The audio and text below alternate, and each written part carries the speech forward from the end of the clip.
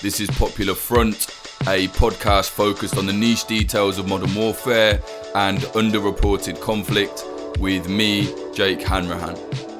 In this episode, we're speaking to independent researcher Alexander Makiva, and today he's going to be talking about the Turkish-backed mercenaries from Syria that are fighting alongside Azerbaijan against the Armenians in Nagorno-Karabakh.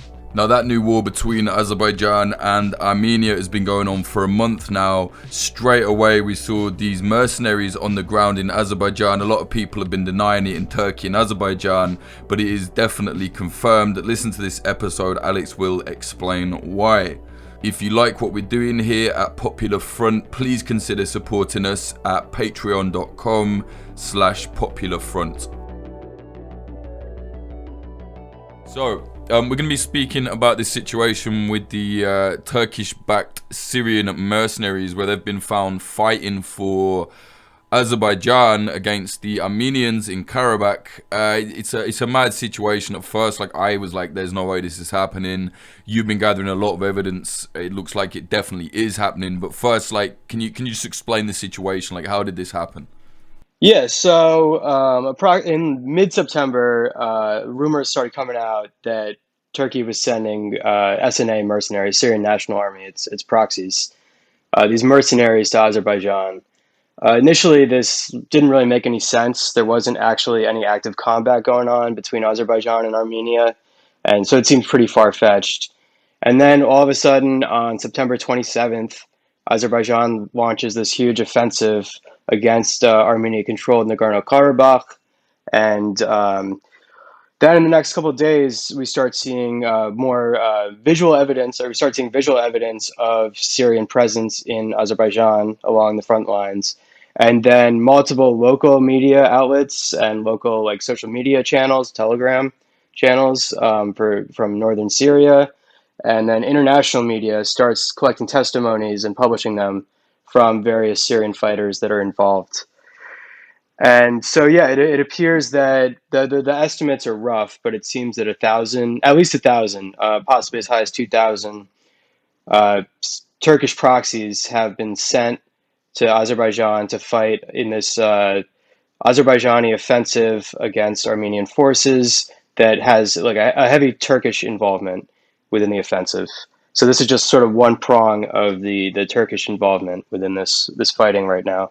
Sure. Let's talk about who the SNA actually is. It's an umbrella group, and I know, but just for our listeners, maybe explain who they are, because I'm kind of tired of hearing people just say the rebels. I think it's an insult to the actual secular rebels who rose up to fight the Assad regime, and I just think labeling them simply the rebels is just outrageous, because they're a very different breed. Maybe explain to us who the SNA are. Yeah, so the SNA is a structure that was created by Turkey and it began initially in early 2017. It didn't really form until what it is today, until 2019. But it's about 30 to 40 different Syrian opposition factions. Some of them are ethnic Turkmen. A couple of them have been in North Aleppo forever. There's some that are from eastern Syria, and those tend to be the more Islamist hardline groups. It's really a mix of groups that ended up in northwestern Syria that aren't in jihadi-controlled Idlib, and that are basically completely beholden to Turkey financially, territorially. I mean, if Turkey wasn't there, they wouldn't exist. They're also the ones that have been used in Turkey's invasion of Afrin and Turkey's invasion of northeastern Syria, and helped carry out the ethnic cleansing of Kurdish populations within these regions.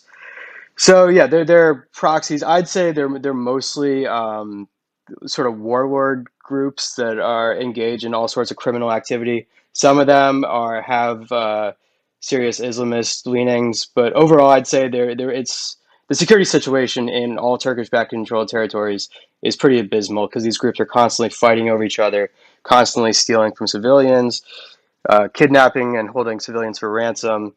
So it's just this sort of collection of groups that aren't really good at much besides criminal activity, I'd say.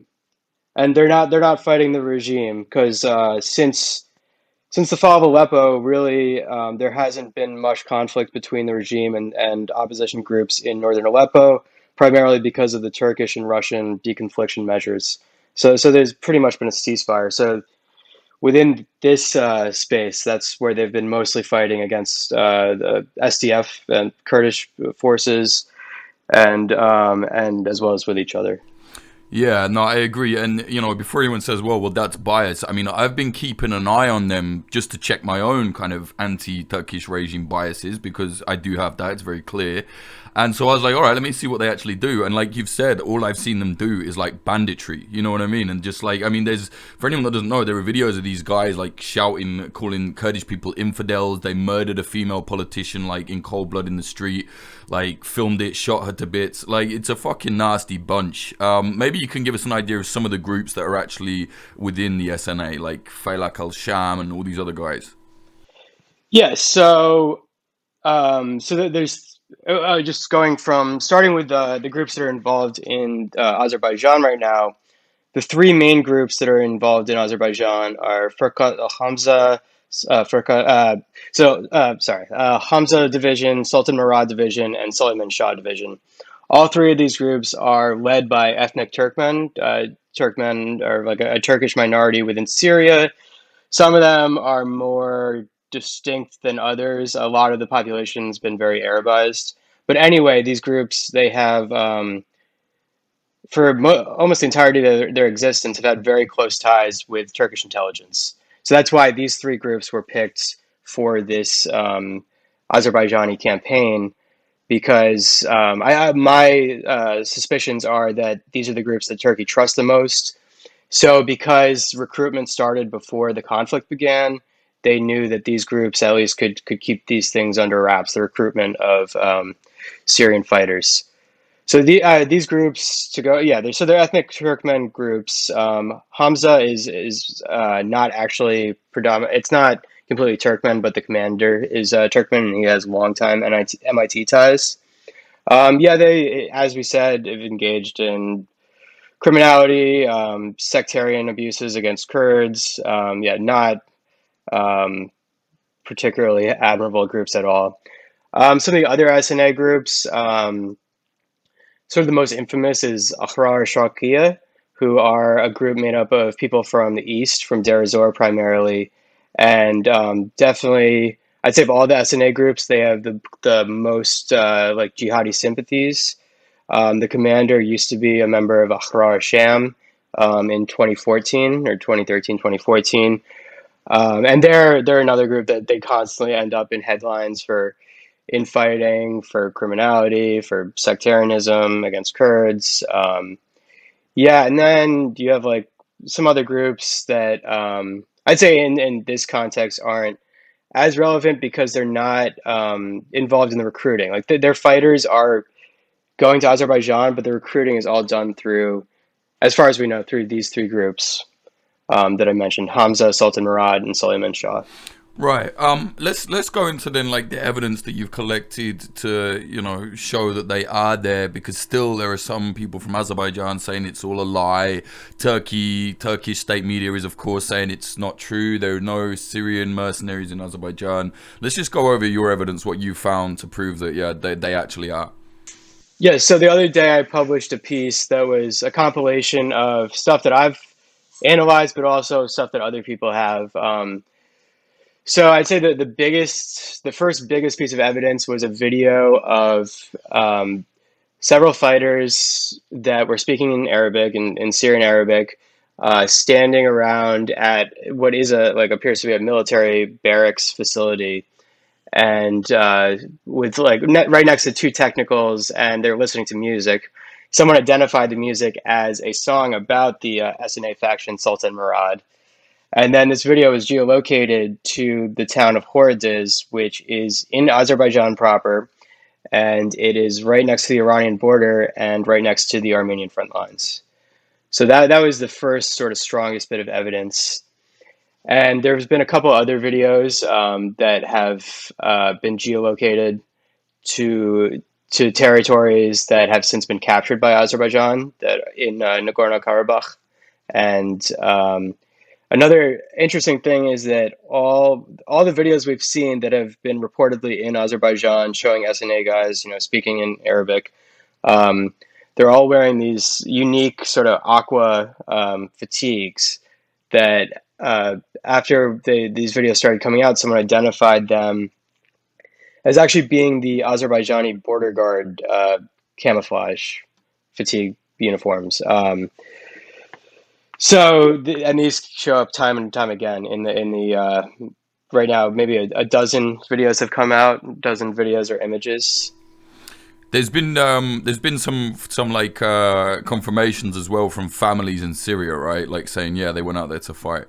Oh yeah, the visual evidence is strong, but I mean, really completing that is that both local media and international media have interviewed dozens of fighters, family members, people that have witnessed the recruitment. The recruitment, it's interesting, was initially done allegedly or reportedly over WhatsApp, and then eventually there's also physical offices opened up in Afrin where fighters would register to go fight, and this was before the deployment actually began. So yeah, there is extensive testimony that's coinciding with this. Really, I haven't come across any. I don't believe I've seen Syrians denying this at all. It's the people denying it are almost exclusively Azerbaijani or Turkish. Yeah, same. I even saw a video where there's some kind of like jihadist sheikh in maybe Afrin, actually, I forget, but one of the occupied areas in Syria, and he's saying it's everyone's duty, like this is part of jihad, like it's one kind of one battle. What's happening in Syria, what's happening in Azerbaijan, they're trying to conflate the two. Are you seeing any evidence that the fighters think that, or is it just mercenary getting paid, that sort of thing? So it's interesting that I don't remember the identity of that guy exactly, but he was in Afrin. He definitely has some ties to Turkey because also within Idlib, I know Ayman Tamimi had he's at least translated a video that was a jihadi sheikh in Idlib that was saying this is like uh, haram, like that you can't go fight for Shia. But either way, neither of them are denying that it's happening. Um, so as for the personal motivations, I mean, individuals probably sign up for all a host of different reasons. Some because they're Turkish nationalists, some of the Turkmen groups have like heavy Turkish nationalist tendencies. I mean, I'm sure there's some that go for like sort of jihadi sectarian, anti-Christian animus. And then I'd say because the people that go a lot of them are veteran opposition fighters, but there's also like random just civilians that had never had any experience of fighting that have signed up to go. So I think while some may be like when you bring up the economic reason why people are going, some may say that that's like sort of an excuse. I don't think I'm not making any, not saying it in any moral judgment, but I mean, there really isn't much economic opportunity going on there, and Turkey is the only entity that's offering like any sort of salary that's higher than what people can make there. So I mean, I think there definitely is an economic incentive, a heavy one. I mean, if you look at the salaries that are being offered, the average SNA salary, I believe, is something like I think it's 300, uh, maybe US dollars a month. I forget the currency that this is pegged at, but proportionally, like the salary that's being offered for both Libya and Azerbaijan is 2,000. So I mean, it's like 6 times higher. So there's definitely a financial incentive. Yeah, no, I agree completely. Like, I get this idea that people are like, well, why don't they make money another way? Like, whatever. Like, it is the war. I mean, I'm not excusing what they're doing, but like, of course, someone turns up and you're in some kind of area where there's nothing, and they say, hey, like, you can make this money to go and fight. You can travel to a different country. Like, of course, it's an incentive. Do you know what I mean? Yeah, and then also a lot of the testimony from fighters early on was saying that when they were signed up, like the recruiters working for Turkey that signed them up told them that they were going to be guarding the border, guarding oil facilities. which is interesting if you kind of connect that with the fact that they keep ending up in border guard fatigues. But then all of a sudden they get there and then Azerbaijan attacks Armenia, like the day they get there. Right, so they were told like they're gonna go on some kind of, I mean, not cushy, but like a pretty easy kind of position, and then the war started. Exactly. I mean, I think, and then obviously once the war started, people are still signing up. So like that's you can't say that for everyone, but I think early on there was definitely some trickery being played by Turkey and its recruiters in terms of the people that were signing up. Yeah, man. And I mean, why is Turkey doing this? Like, why does Azerbaijan need Syrian-backed mercenaries to fight their battles? What is happening? So Azerbaijan itself really has no need for these people. I mean, Azerbaijan has like substantial military. I think it's in terms of Europe overall. I think it's a pretty relatively large one for the country's size.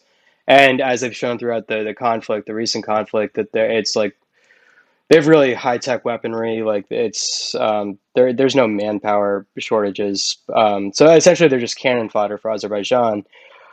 For Turkey, I think I mean, one, it protects them because instead of sending like more Turkish soldiers and advisors, they can send these guys. Though I've seen reports, I think it was some Russian media saying that there's substantial, at least military advisors on the Turkish side that are in Azerbaijan overall. Really, I mean, you have to look at it in conjunction with the Libya deployment of SNA groups. Turkey sort of developed them into this low skill expeditionary force that can be deployed to its various interventions as Turkey becomes more and more imperialist, revisionist against the regional order. So they act as foot soldiers within these Turkish interventions. Obviously, it's different than Libya because in Libya, they're essentially being deployed alongside non-state actors like the various militias that are fighting on behalf of the GNA. So here, fighting for a state, that's another reason why it seems so far-fetched initially, is that like deploying these guys for a state actor. Um, but yeah, I mean, I think now that we've seen it twice, like in the future, I mean, Turkey's not going to become any less antagonistic towards regional rivals in anytime soon under Erdogan. So I think, I mean, you look at like the various conflicts that Turkey's getting its hands in or that's already involved in. I mean, I wouldn't be surprised. I wouldn't be shocked if we see this happen elsewhere. I mean, you look at the KRG in northern Iraq, like the Turkish intervention against the PKK. I mean, it's possible. Who knows about? I mean, Greece, Cyprus, they hint I mean, about. obviously Greece, exactly. Yeah, Cyprus. Yeah, Qatar. I mean, not like. I mean, obviously that's not a conflict or combat or anything, but yeah, I mean, Turkey's sort of regional campaign, or its new regional interventions. I mean, I think this is a part and parcel of that. France And as then, well. They're coming after France. yeah, Fuck. I think as yeah, well. I mean, I think it's a way for them to do what Russia did in a way. I think, you know, like little green men. I mean, obviously we know exactly who they are and who they're attached to, but do you know what I mean? It seems almost like kind of a play out of their book a little bit. Like a NATO country just can't run into wherever. But if they just hire like a group of like mercenaries and then they can at the last minute just be like, well, it wasn't us. I mean, I don't know. Do you think that gives them some kind of like a little buffer zone for them in terms of, oh, are they going to piss this one off or that one off when they go into these places? yeah. And I mean, if you look at the Azerbaijani um, side of the conflict right now, they're using all sorts of the Turkish drones, the TB2s, and they're sticking Azerbaijani flags on them. But I've seen a number of reports that it's believed that it's Turkish drone operators controlling them. They just have these flags on them. The F-16s in the Ganja Air Base that the Christian Tribert, he had identified that these F-16s, Turkish Air Force, had been deployed there in July for a joint operations like training mission, whatever, and that several of them remained and like never left, and that they're still there. And so, I mean, Turkish F-16s, Turkish Air Force. But so, yeah, I mean, I think that it's definitely plausible deniability that's very similar to what Russia was doing in Crimea and Ukraine. Yeah, that's what I was getting at. I had my own conspiracy theory in my head as well. I was thinking like, I wonder if Russia and Turkey did some kind of deal where Russia said like, hey, like, stop helping the jihadists in Idlib and we'll let you fuck with the Armenians in Karabakh. I mean, I think you can't really look at Russia and Turkey's roles in these conflicts in a vacuum. Like, there's definitely what goes on in Idlib is tied to what goes on in northeast Syria, Exactly. tied to what goes on in Libya, and now tied to what goes on in Nagorno-Karabakh. Yeah, whatever deal ends up happening, I mean, hopefully some deal happens, and the combat stops, and you don't see a complete capture of Nagorno-Karabakh, because then you'll see, the 152,000 civilians flee, and it'll be like completely ethnically cleansed of all Armenians. Hopefully there's a cessation in the combat, and I think that deal is going to require negotiations between Turkey and Russia, and that is going to be tied into what goes on in Syria. I mean, I think Russia is not above, making concessions in Syria. I mean, there's been the recent shelling of areas in northeastern Syria by Turkey, like SDF territory. I mean, I wouldn't be shocked if there was, like a freeze in the combat in Nagorno-Karabakh, and then you saw like further Turkish attacks against the SDF. Yeah, me as well. I think it's the sort of conflict this where, funnily enough, a lot of people are like, what, Nagorno Karabakh, like, what, fuck it, like, there's not enough attention on it in my opinion. But then it's like you said, it's actually a geopolitical conflict. It's kind of the center of one, actually, in a way, when you look at the conflicts that are happening right now, you know what I mean, at least as a side conflict. Yeah, though I will say it's not as clean cut, because Russia is close. I mean, it's closer to Armenia, but it's also close with Azerbaijan. So, Right, they sell them weapons at the same time as having a fucking base in Armenia, like, what? yeah, and Russia wants to keep good relations with all the post-Soviet states, so it's not going to heavily support Armenia. So it's not the same as Libya, like GNA, LNA mapping evenly to the Russia-Turkey competition. Um, I just want to talk about the role that the Syrian mercenaries have on the front lines in Azerbaijan.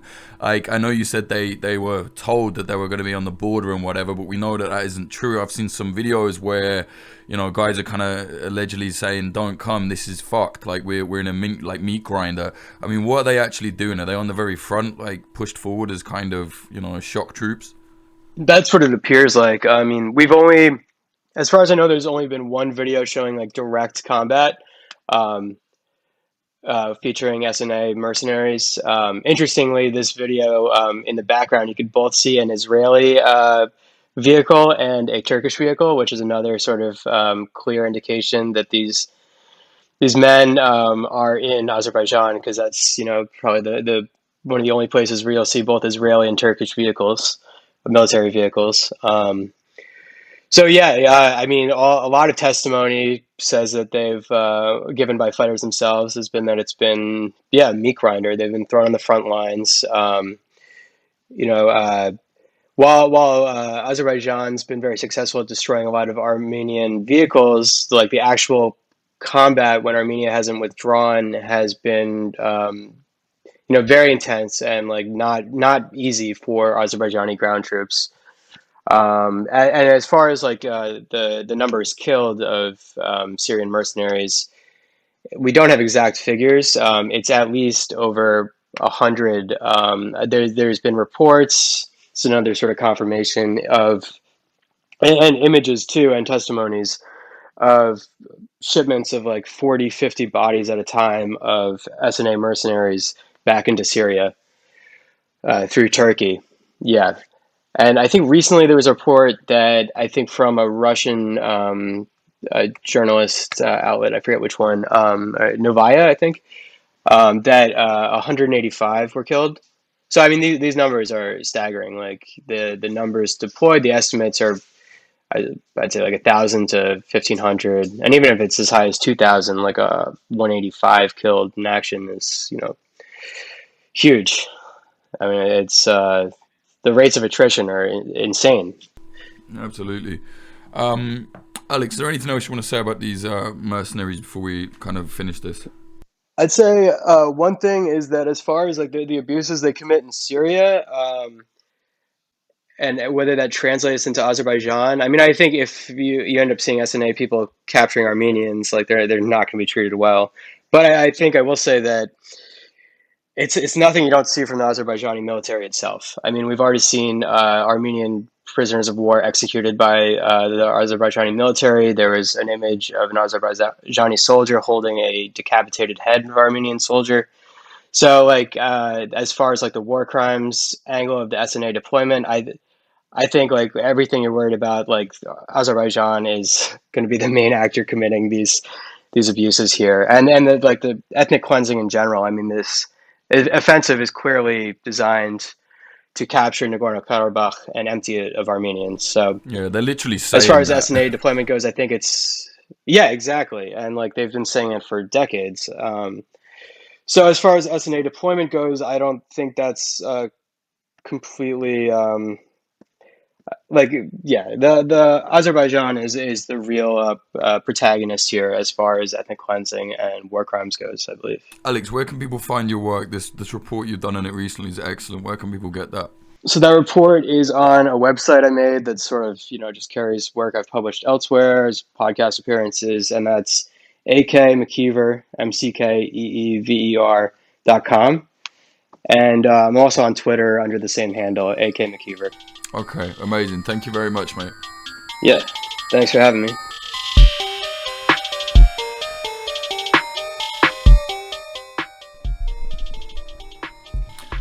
That was researcher Alexander McKeever speaking to us about the Turkish-backed Syrian mercenaries fighting for Azerbaijan against the Armenians in Nagorno-Karabakh. Like I said at the start, the war is now a month old. It's unbelievably brutal. It's horrific. We've seen soldiers in Azerbaijan with pictures where they're holding up the head of an Armenian fighter. We've seen footage of Armenians gunbutting a guy until he passes out, possibly dies. He's gunbutting a Azerbaijan soldier.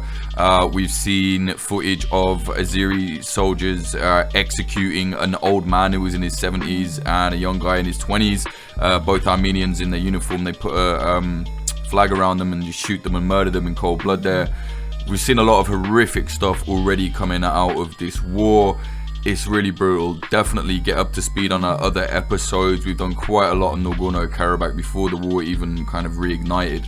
Definitely do see what's happening. If you like what we're doing here at Popular Front, please do consider supporting us on the Patreon. That is how we make our money. That is how we keep going. And you get a load of benefits as well. You get lots for your money. It's not us begging, saying, please give us money. It's us saying, hey, subscribe and you get all this cool shit. Patreon.com/popularfront. Check us out there. This episode is sponsored by Oracle Coffee Shop in Portland, Oregon, USA. They're an independent coffee shop selling only fair trade products. See them at 3875 Southwest Bond Avenue, 97239. Go say hello to my mate Frank. If he's there, he will give you a nice discount if you tell him you came there because of Popular Front. He will give you a 99.9% discount, and you can quote me and tell him I said that. No, don't do that. Well, you can if you want. Who gives a fuck? This episode is also sponsored by Grindcore House, a pair of independent coffee shops in Philadelphia, USA. One in South, one in West. Check them out on social media at Grindcore House. Actually, I found out what Grindcore is the other day. Like, I was watching that fucking Vagrant Holiday guy, and he was in Japan and he was looking at grindcore music, and I looked it up and was like, oh, okay, that's what grindcore is. So it's quite clever play on words, I guess, if you're like a punk or whatever and you're into grindcore and you have a coffee shop. Anyway, the episode is also sponsored by Propagandopolis, an outlet selling and informing people about historical conflict propaganda. Get prints at propagandopolis.com. That's propagandopolis.com. Enter the code PopularFront10, you get 10% off. The episode is also sponsored by Black Triangle, an independent company selling self-defense tools. Check them out at blktriangle.com.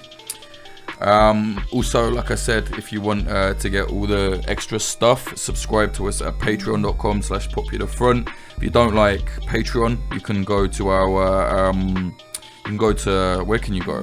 Fuck my life. popularfront.co/support. You can donate Bitcoin. You can send us money via PayPal, all of that, if that's what you want to do.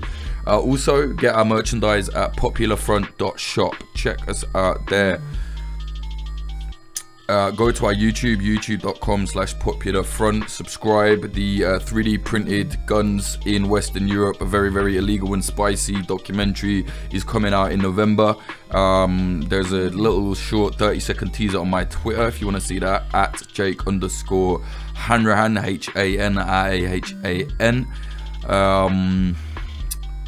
Yeah. Instagram at popular.front. Twitter at popularfrontco.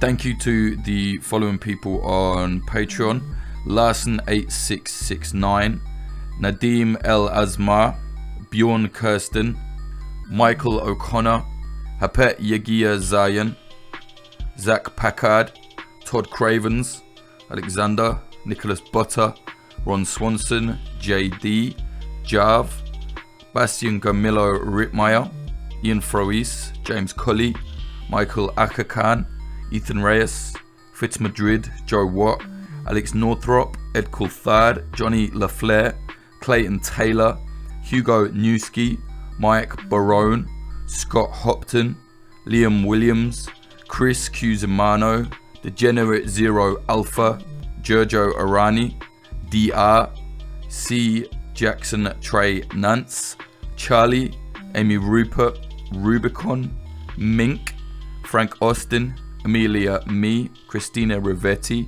Freya Northman, Ali Hunter, Moody Al Rashid, Maxwell Burke, Bill Wilson, Andrew Hurley, Vida Provost, Brian McLaughlin, Tom Lochrin, Ari from the Discord, Young Wasabi, Sarushe Hawazi, Tony Bin, Adam Bergsnyder, Scartoon Music, Sebastian from the Discord, Stephen Davila, Anthony Kabarek, Patrick Bronte, Dan Dunham, Fletcher Tate, Chad Walker, Diana Gorvanek, Q-Ball, Lawrence Abrahams, Peter McCormick from What Bitcoin Did, Emily Molly, Axel Iverson, Christopher Martin, Ryan Sandercock, Maritz Zumbul, Kay Hardy Roberts, and Joanne Stocker. Thank you all very much. Without you, this would not be moving ahead as fast as it is.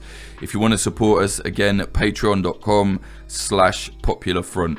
Music in this episode, the intro is by Home, and the outro, as always, is by my mate Sam Black. Check his music out at samblackpf.com.